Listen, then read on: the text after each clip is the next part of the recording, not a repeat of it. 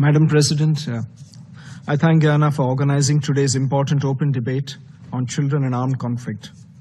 My delegation appreciates the briefers for their presentation. Our world is witnessing an alarming escalation in conflicts and terrorist attacks, and children are their most unfortunate casualties. As per the UNSG's report, grave violations against children have surged 25%, while sexual violence has risen 35% in 2024. A sobering indictment that demands immediate and decisive action. Therefore, today's discussion is both urgent and necessary. Creating an enabling environment for holistic development of children is fundamental for child protection. Their safety, nutrition, and education should be prioritized at national and household levels. Children in conflict and post-conflict situations, however, require specialized attention and psychosocial support for their successful reintegration into society. Thus, sustained efforts by the state are required to build these essential ecosystems. India leads by example and has taken several steps to protect children and aid their growth and development. India established the National Commission for Protection of Child Rights in 2007 to ensure that all laws, policies, programs, and administrative systems conform to the vision of the rights of the child as enunciated in the Constitution of India as well as the United Nations Convention on the Rights of the Child. Mission Vatsalya scheme is a flagship child welfare and protection initiative aimed at ensuring the safety, protection, and holistic development of children, especially those in vulnerable situations.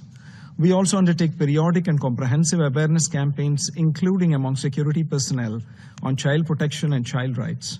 Another concrete step is incorporating child protection provisions into the standard operating procedures of security personnel.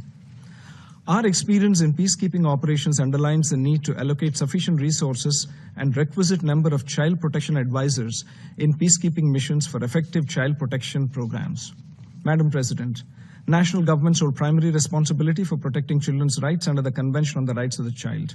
With over 7,000 children newly recruited by armed groups in 2024, member states must establish comprehensive legal frameworks to ensure effective prosecution of child-related crimes.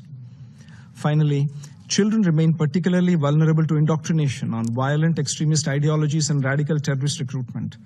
Member states should work together on the child protection agenda and counter terrorism. It's high time that member states shed their political inhibitions to hold both terrorist perpetrators and their state sponsors accountable for exploiting the most innocent and vulnerable population. In this context, I'm constrained to respond to the politically motivated remarks made by the delegate of Pakistan, one of the grave violators of the CAC agenda.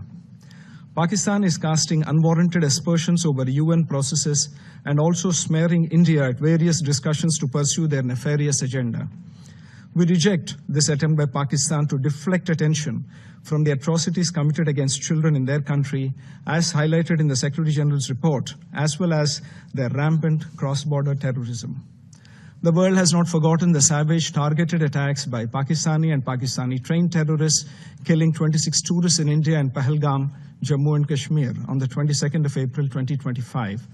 The Security Council had issued a press statement on 25th April, which underlined the need to hold perpetrators, organizers, financiers, and sponsors of this reprehensible act accountable and bring them to justice. India had undertaken non-escalatory, proportionate, and focused attacks that targeted 9 terrorist infrastructure sites on the 7th of May 2025 in response through Operation Sindoor. The terrorists killed in these attacks were given state funerals by Pakistan, and yet they try to preach to others. The Secretary General's report on CAC provides details of serious violations against children in armed conflict in Pakistan. The Secretary General has expressed concern at the rise in such grave violations reported, including attacks against schools, particularly girls' schools, against health workers, and about the incidents in the border areas with Afghanistan, where a series of killing and maiming of Afghan children was directly attributed to cross-border shelling and airstrikes by Pakistani armed forces. The Pakistani army also deliberately shelled our border villages in May 2025, killing and injuring a number of civilians. To preach at this body after such behavior is grossly hypocritical. In conclusion, I would like to highlight that the entire Union Territory of Jammu and Kashmir has been, is, and will always be an integral and inalienable part of India, irrespective of the frequent incessant spate of lies and falsehoods by Pakistan. Thank you, Madam President.